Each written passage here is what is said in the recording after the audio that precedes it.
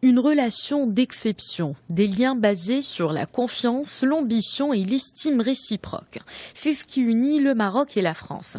L'entrevue du roi Mohammed VI avec le Premier ministre français Manuel Valls a consacré la convergence des points de vue des deux pays sur les sujets d'intérêt commun. La situation en Afrique de l'Ouest et au Moyen-Orient, mais également en Libye, au Mali et en Syrie. Le Maroc et la France comptent d'ailleurs renforcer leur coopération dans la lutte contre le terrorisme et dans le domaine de la sécurité. La justice, l'économie, les nouvelles technologies et l'éducation. Ces domaines de coopération vont aussi connaître une nouvelle dynamique. Les deux pays veulent aussi coopérer dans le secteur industriel. C'est l'un des points évoqués lors de l'entretien de Abdelilah Ben Kiran avec Manuel Valls.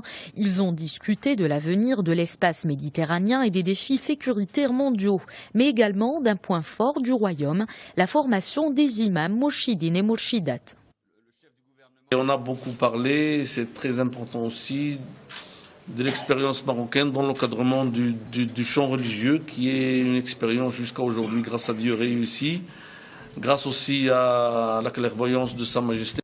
De son côté, Manuel Valls, qui a rappelé la position inchangée de la France sur la question du Sahara, a annoncé un objectif de l'Hexagone, rester le partenaire de référence pour le Maroc dans les différents domaines de coopération.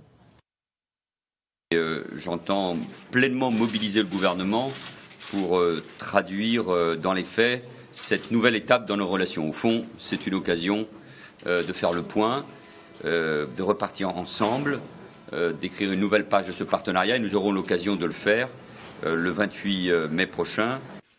Le 28 mai prochain, la 12e rencontre de haut niveau franco-marocaine devrait se tenir à Paris, un séminaire intergouvernemental pour concrétiser la nouvelle dynamique des relations maroco-françaises.